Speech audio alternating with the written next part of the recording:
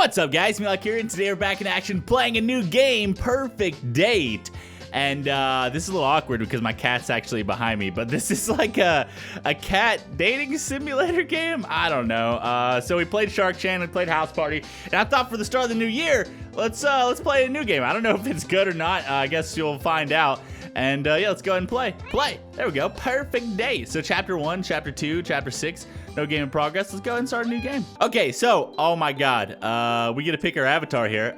We will be, I don't know, we could be this guy. I mean, the default guy seems pretty good. Seems like me. Let's just go ahead and name herself, I don't know, ML. There we go. No, that's not one. Let's do Meaty. There we go, Meaty. Accept. Perfect. Okay, chapter 1. I'm not sure how long we've been sailing, but it feels like forever. I'm not feeling too well now, so it's a huge relief to hear the deck lad shout. Okay. Island approach. Make yourself ready. I'm finally here. When I applied last month, I was just another broke student living off of baked beans. I didn't really think I had a chance of being accepted to be part of the prestigious Cat Island research team.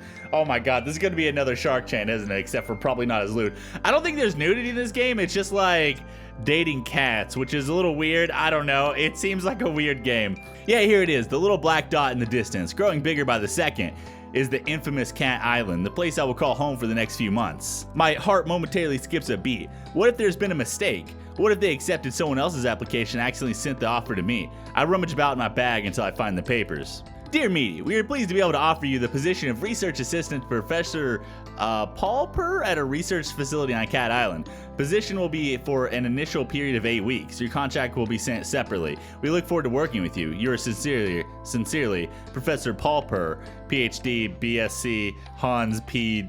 DPG. Okay. No mistake. That's my name right there in the top left-hand corner. Meaty. And there's his name at the bottom, the genius behind this whole operation. Professor Purrfect, science genius and my new boss.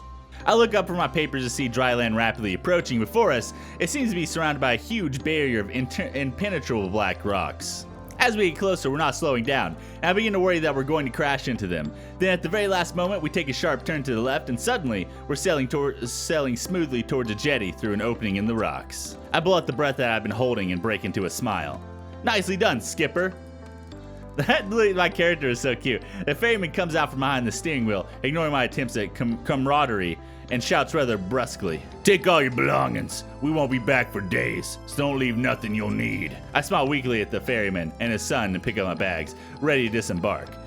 We glide seamlessly up to the wooden jetty, and the son leaps ashore to tie us off. He's greeted by a bulky man in uniform, who I take to be a security officer of some kind. "Sir, caught you a mouse."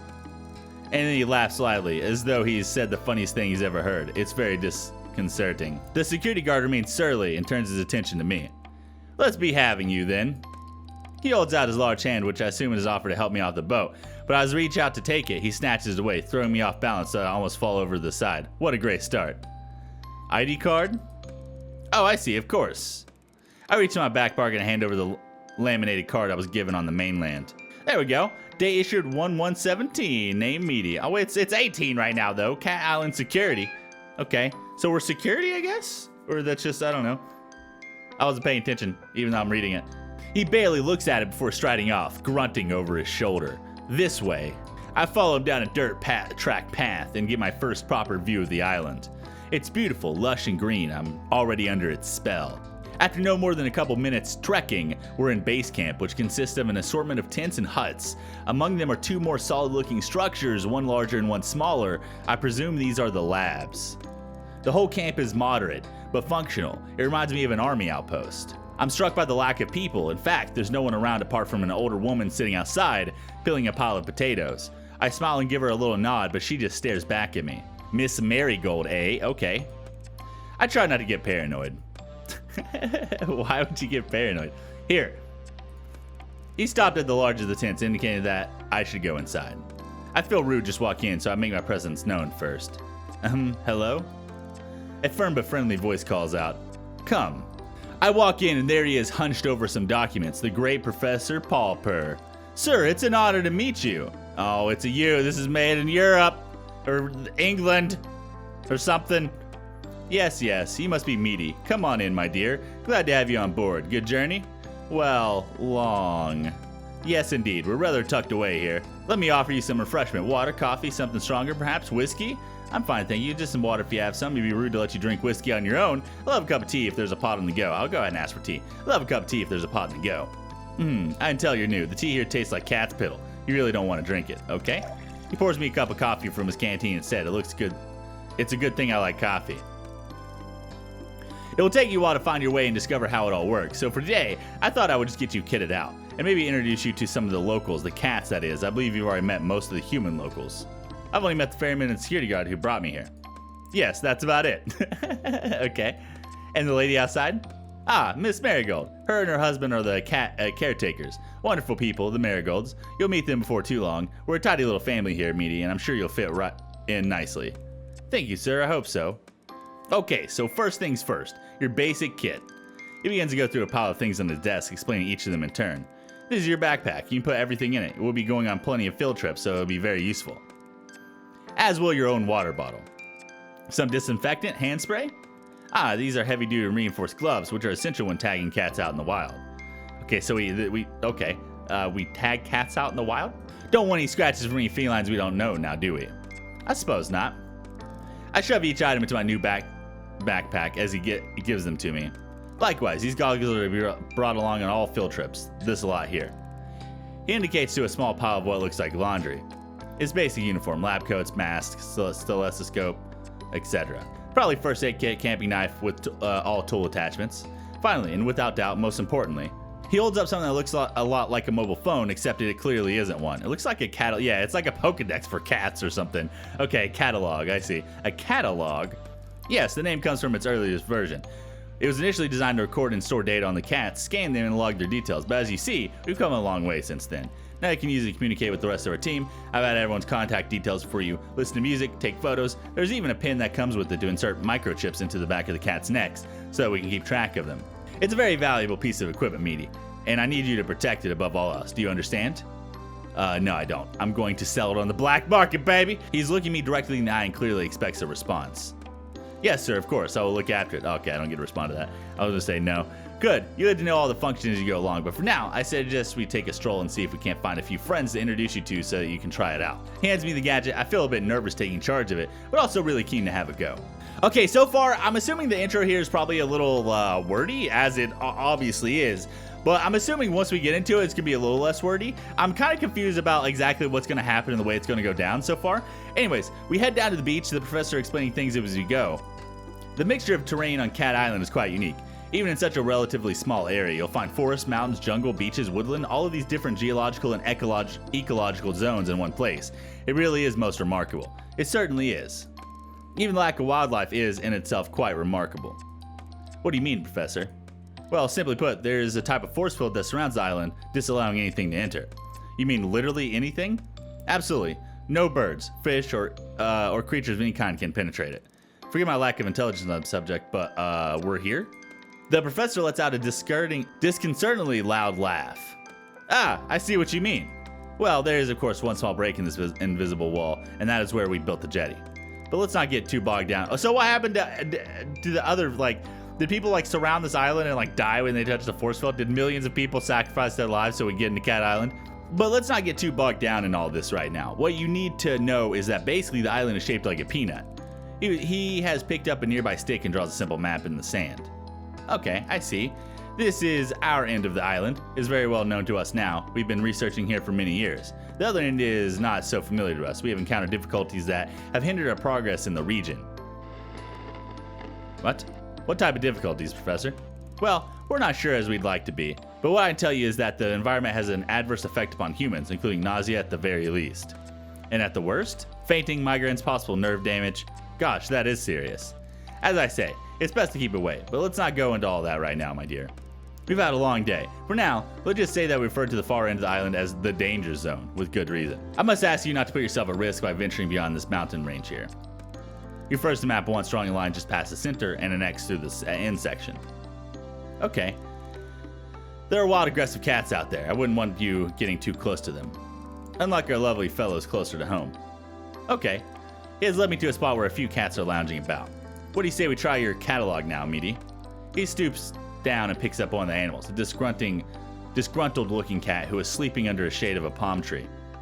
Oh my god. This cat lets out a displeased mew, but doesn't struggle. Its large body, billowing with the long orange fur, just sort of hangs in the professor's arms in lazy resignation. Would you like to have a go at scanning this delightful chap? I find the on switch and somewhat timidly, I activate it. The gadget immediately comes to artificial life, emitting a boop boop boop sound with a red pulsating light. I select the app labeled Cat Scan, and it loads instantly. There's no delay in this thing. Professor holds the cat towards me with arms outstretched. I'm sure he said the scanning chip is implanted in the back of the neck somewhere, but it's able to find this one's neck amidst the thick cloud of fur. I blow to make a parting and press the catalog to his skin. It's a bit like scanning groceries in the supermarket where I used to work. That should do it. And he plops the Marmalade Tom back into the shade. Sure enough, upon withdrawal, I find the cat is successfully scanned. Meow. Actually, maybe I should give him a deeper voice. Meow. Meow. Okay, I thought they had voices or something. Floofy boot. But. Ginger, male. Age, 10 years, 4 months. Oh, wow, he's fucking old, dude. Breed, red tabby. Persian. Eye color, red. Okay. Cool. Amazing. Clever, isn't it? A large part of your job here will be to tag and scan the cats, such as Mr. Floofy Butt here, but it looks like you'll have no problems at all in that area. Excellent work, Meaty. Thank you, sir. I can't wait to get started.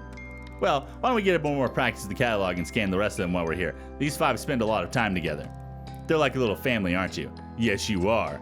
The professor seems to be a genuine cat lover like me. I think we're getting on great. Okay, here goes. No help this time. The professor steps back.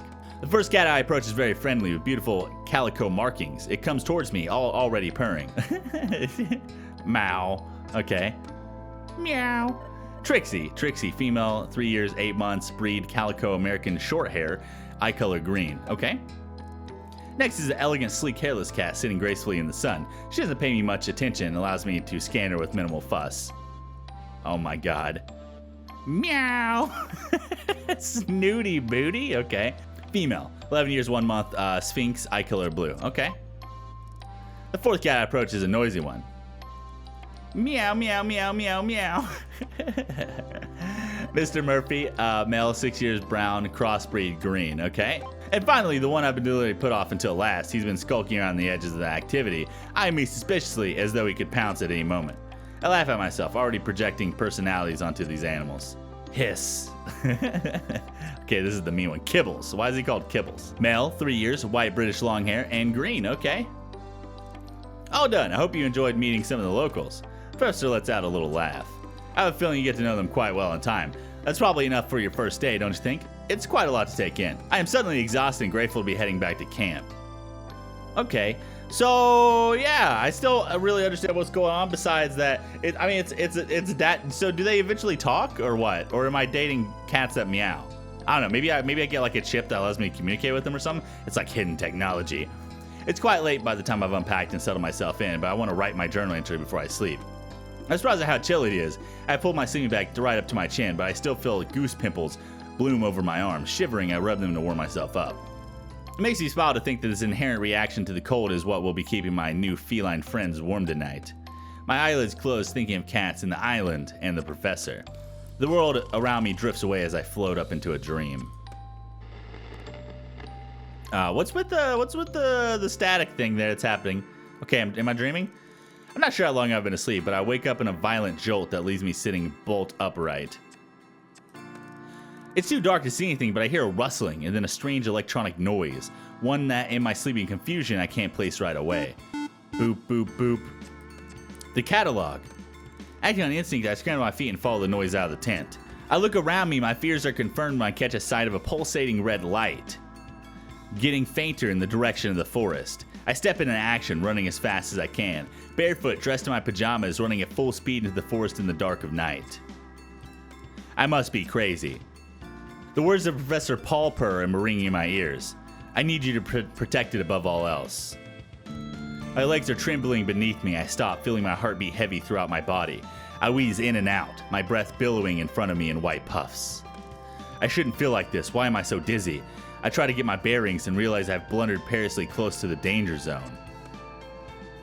I can just make out the shapes of some large animals in front of me before my eyes close and I drop to my knees.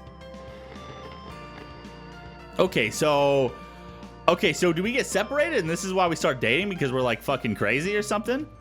I open my eyes. The calico cat I scanned yesterday is sitting in front of me. She drops the catalog at my feet. What's happening? Okay, so I pass out. Saving. Okay. Oh, okay. Hello, can you hear me? Hello, can you hear me? Oh my god, I would have a fake fucking voice. Murphy. Are you okay? Kibbles. What is it? Don't be ridiculous, Kibbles. It's a human. Oh yeah, yuck. I can smell it now. Smells like a human. Oh, do be quiet. Are they alive? Of course it's alive. It's breathing, you imbecile. What? Why isn't it moving? Would you come on and give him some space? Move back a bit. Yes, stand back. Move out of my way. Let me have a proper look. I begin to come to. The Sphinx cat is standing over me as I open my eyes. We stare at each other for a moment while I try to take in what's happening. Is this one defective? Oh, I feel sick. I'm going to puke. The cats watch me intently. Am I going insane? Ouch, my head. What is it chattering about? They're scared and confused. Let me talk to them. Human, are you all right? You, I remember. You took my catalog. Oh, but I gave it back to you. It's in your pocket now.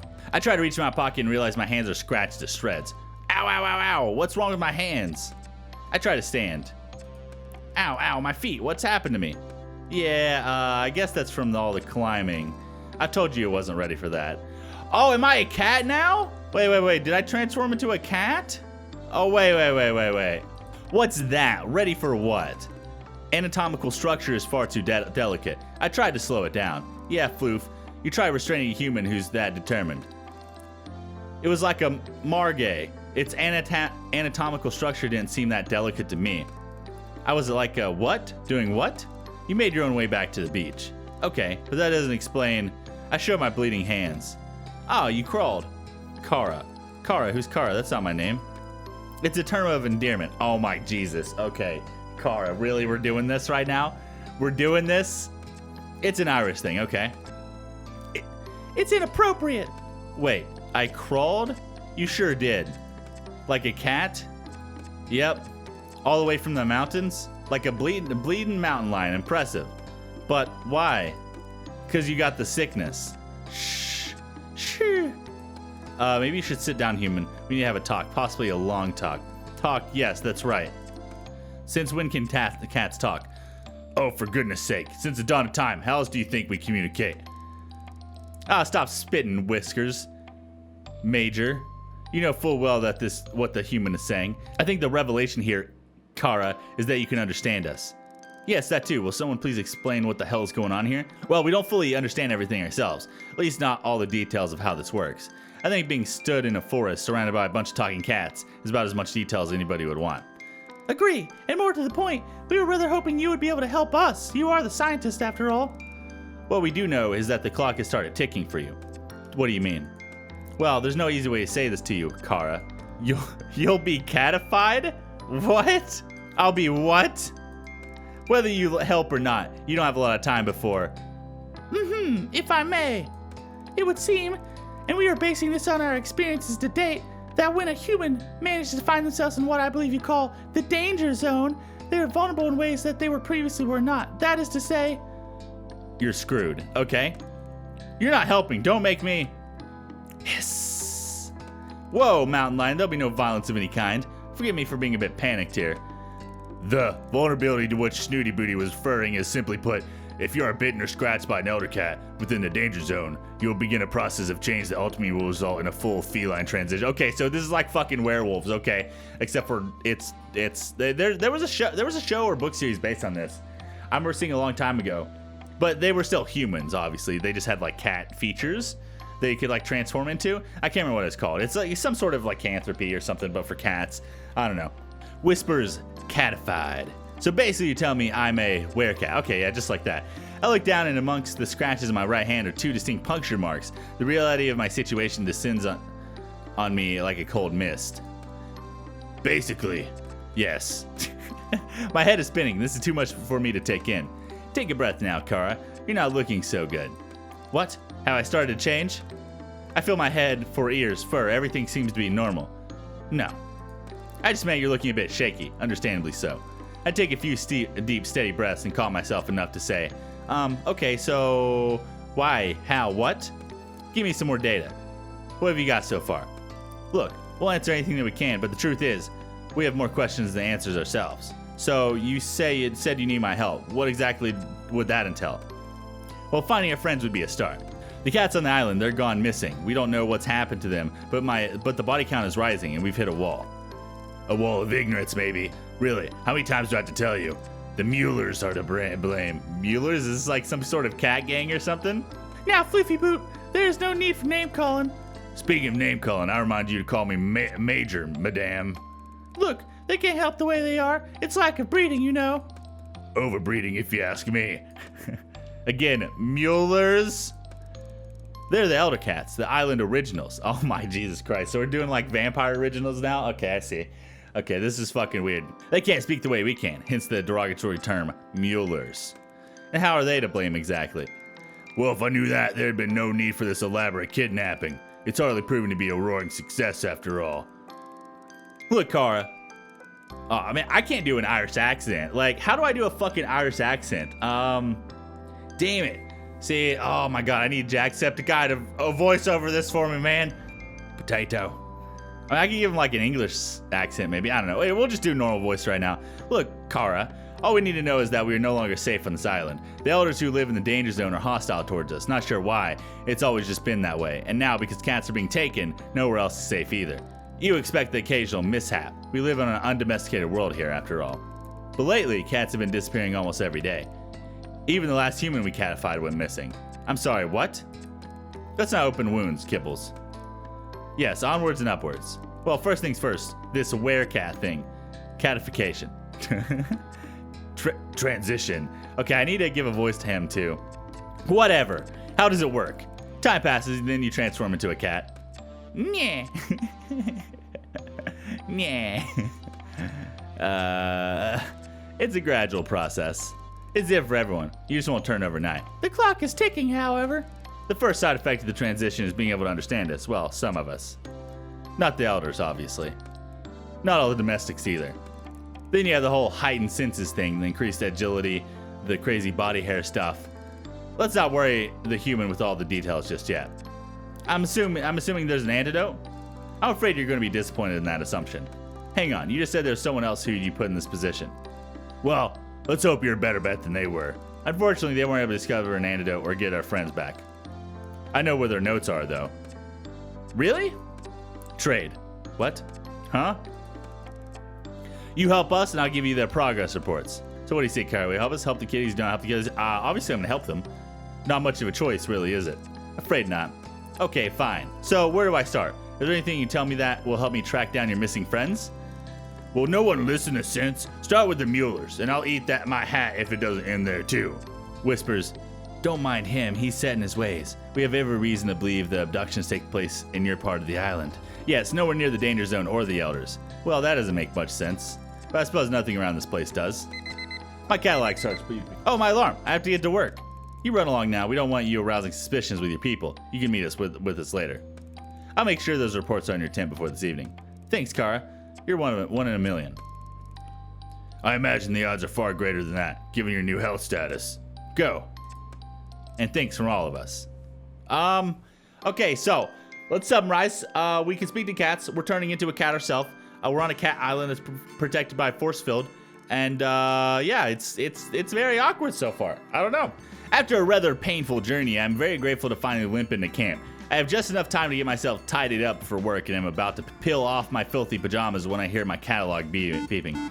I have a message, but I can't tell who it's from. It's not from any of the contacts that Professor Purrfect programmed into it. In fact, there's no contact information at all.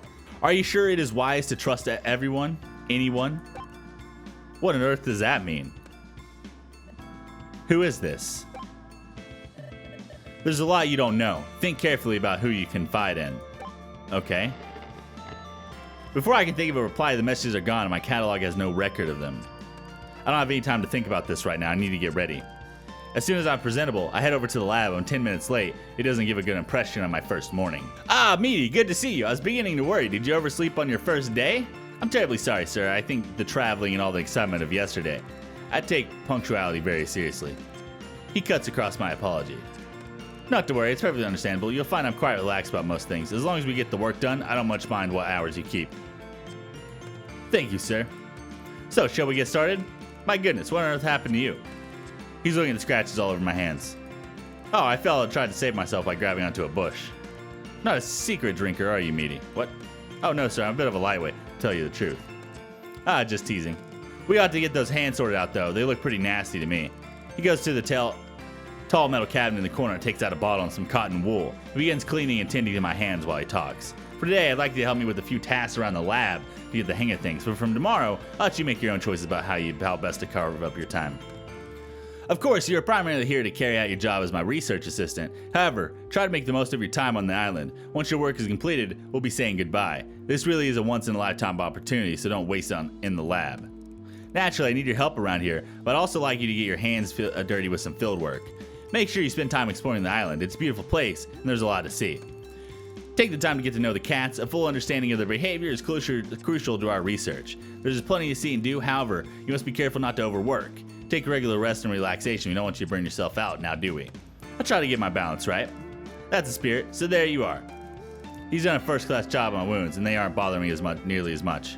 I spend the rest of the day with the professor getting to know how the various pieces of equipment in the lab work, finding out where everything is, and learning some of the basic duties I'll be performing routinely. By the end of the day, I'm exhausted. I make my way to the tent. I'm about to flop down on my bed when I see a package poking from underneath it. It's the report that Kibbles promised to deliver. The cats were right. The previous person barely made a start on producing an antidote. I'm gutted and worried. What if I can't do any better? Will I just turn into a cat? I decide that's not an option and resolve to get going on my own research into it tomorrow. My instincts tell me that the cats will be a good starting point. I have a feeling they know a lot more than they're prepared to tell me. I need to gain their trust and see if I can't get them to open up a bit. I'm sure I'll make more progress if I focus on one at a time. I'm optimistic that one-to-one sharing will prove fruitful. It's a small glimmer of hope. Tonight, I'm not fit for anything. I can barely even write in my journal before I fall asleep. Okay, so I'm guessing tomorrow is where the dating kind of starts? The first morning of waking up on the island, I'm so excited to discover what the day will bring. Should I jump straight to the lab research, or maybe it would be wise to start investigating a way to help these cats and find a cure for myself? Perhaps a good starting point would be to get to know the cats a little better on a one-to-one basis. Okay, so yeah, new job. Nice, we got an achievement. So what should I do today? We rest, romance, research, recon. Okay, so the whole point is dating the cats and doing the antidote. So maybe we should do... Oh, I see. So we get 4... So this is kind of like kindergarten, actually, which I still haven't finished, by the way. Kindergarten was such a good game. A lot of you guys really love that game. What should I do today? Research, recon. Rest. Maybe let's do a little bit of romance. I'm gonna see what the cats are about first. Okay, which cat should I date? Okay, so we have McMurphy and Snooty Booty. Okay. Let's do McMurphy. No, let's do Snooty Booty. I'm splayed out like a starfish on the beach in my bathing clothes. It's a sweltering hot day, and I find it hard to concentrate on my work, and so here I am. I let the cool sea wash over my feet and legs as I lay back on the sand. I hear a long, loud sigh coming from somewhere nearby. I sit up to see where it came from. Snooty Booty, in repose, under the shade of a palm tree, is looking about with a concerned expression. Well, I've never really seen a cat make before. I go over to her and see if I can help with something. Are you okay, Snooty Booty? She lets out another long, wistful sigh. To be quite frank with you, human, no, I am not okay. I cannot expose this delicate skin of mine to the sun, but there is something I need to retrieve from further down the beach. It's quite the predicament. Oh, right. Want me to fetch it for you? Oh, would you be so kind, human? I'd be so very grateful. Sure, it's no problem. We can't have you putting that delicate skin of yours at risk, can we? Snooty Booty looks grave. Indeed not. Skincare must come above all else, don't you know? One must never expose one's skin to the elements. Human, it really is quite aging. One must also never get stressed if one wishes to retain one's youthful aura, which is rather difficult on this frightful island. Oh, I know, believe me. How How do you know? Are you stressed? Oh no, that would upset me terribly. Really? That's sweet of you. Of course, you really are a precious thing. I do so hope you are finding your time here pleasant. Don't worry about me, Snooty Booty. I'm fine. Now, what is it you'd like to get for me to get for you? Well, before I tell you, I must ask that you don't inform the others of the whereabouts of this particular item. It's very dear to me, see, and one of the few luxuries I have all to myself. Of course, that's no problem. I can be discreet when I need to be. I do hope so, human. You see, along the beaches south of here, there's a tree which bears the ripest of coconuts all year round. It is quite splendid. The coconuts are always so sweet and creamy. Snooty Booty looks as if she's lost in a wonderful dream. Sounds lovely. It is. I like to drink coconut water as often as I can, as it is so good for the skin and waistline, but the less civilized denizens of the island keep knocking the coconuts down before they're fully matured. Fortunately, no one else seems to have discovered this particular tree yet. Well, okay, Snooty Booty. I'll try to find some coconuts for you. I'll be back soon. Yeah, my thanks, human. Okay, so first things first is the coconuts. I've been walking for a lot longer than Snooty Booty led me to believe. I'm not sure if this is even the right tree. They all look the same to me, although this does seem to have more coconuts than the others. I decided to take a chance and bundle up as many as I can carry in my arms and haul them back to her ladyship. By the time I get back to Snooty Booty, I'm faint from the exertion, not to mention walking so far in the sun. I fall to my knees, panting in front of her. She eyes the pile with a distinct air of disapproval. I only need one coconut, human. Oh. There are far too many. Well, I do apologize, madame. Tell me, you didn't plunder the tree. Oh no, there were plenty on the ground already, so... Oh, well, that's a small mercy. At least you didn't hack them down. Hack them down with what? Well, your hands are rather large and leathery. Snooty Booty, I do not use my hands for deforestation. I'm sure you did your very best, although I don't really know what I'm going to do with so many coconuts. You're welcome, I'm sure. I look down at the pile of coconuts, and it strikes me properly for the first time how strange it is that there's no creatures on the island to plunder them. What do you think it is, Snoots, that keeps wildlife away from the island? Do you mean the magnetic barrier? Magnetic barrier? Oh, do keep up, human. I thought you were meant to be a scientist. I realize she must be referring to the force field that surrounds the island. Obviously she is. Now be a dear and crack one open for me. With my enormous hands? Well, you could try, I suppose. I push down the irritation that is slowly rising in me and smile politely. On second thoughts, I'll be right back with a screwdriver. A what? Snooty Booty looks horrified.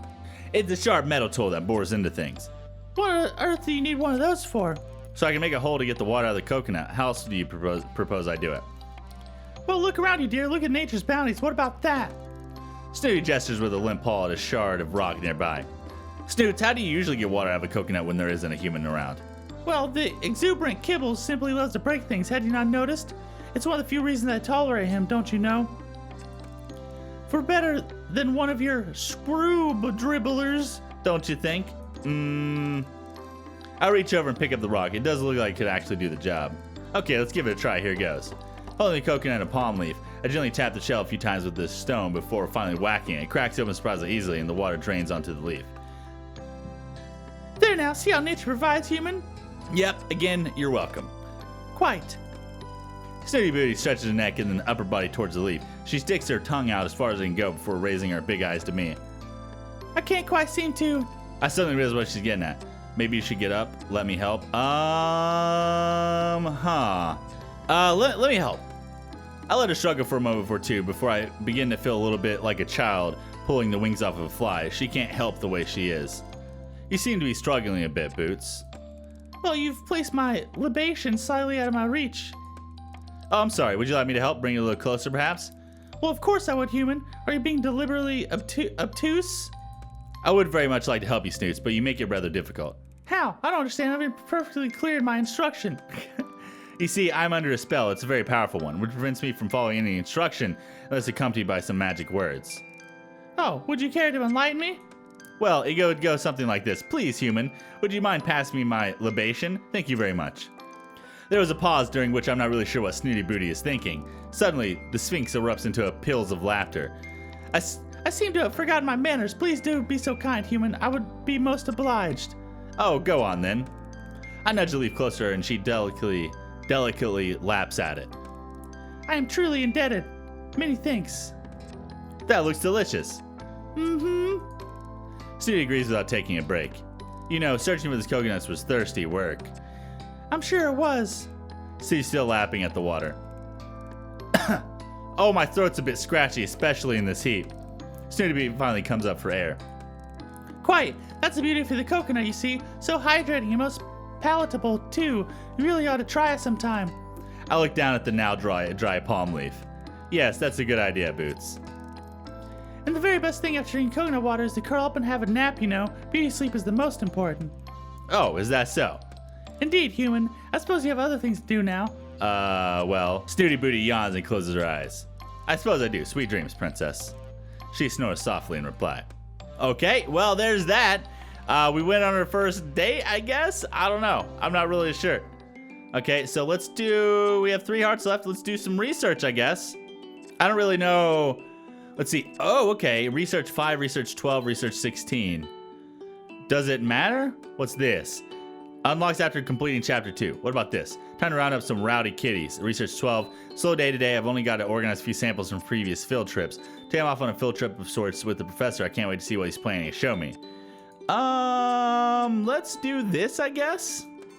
It's a sunny afternoon. Most of the cats are lazy on the beach. Perfect. Sounds like shooting fish in a barrel. I double check my supply list. Crate, treats, sedatives, snare, catnip, antiseptic cream for myself. I've got everything. I have a sick feeling in my tummy, but I ignore it as best I can. This is going to be a challenge, but I'm pleased the professor has trusted me with a more physical task. I walk out into the beach feeling like the child catcher. I keep reminding myself that I'm doing this for the greater good, even if it makes me unpopular with the cats. I set up the cradle in an unexpected location and keep the snare hidden behind my back. At first, I stroll around trying to look as casual as possible, whistling a tune as I walk. I get close to one of the smaller cats. I start to stroke her. I want to be as painless as possible. The cat responds well to me. She even starts to purr gently. Are you going to come with me? Cat looks at me with big, wild, loving eyes. Come on, then. I pick the cat up, carry her to the cradle, and place her gently inside. I lock it shut, even though the cat makes no attempt to escape. Well, that went better than expected. This may be a good day after all. Emboldened by my success, I approach one of the slightly larger cats. Hey, matey, should we get in the basket? I give him a little stroke. He doesn't respond badly, although he doesn't seem particularly interested either.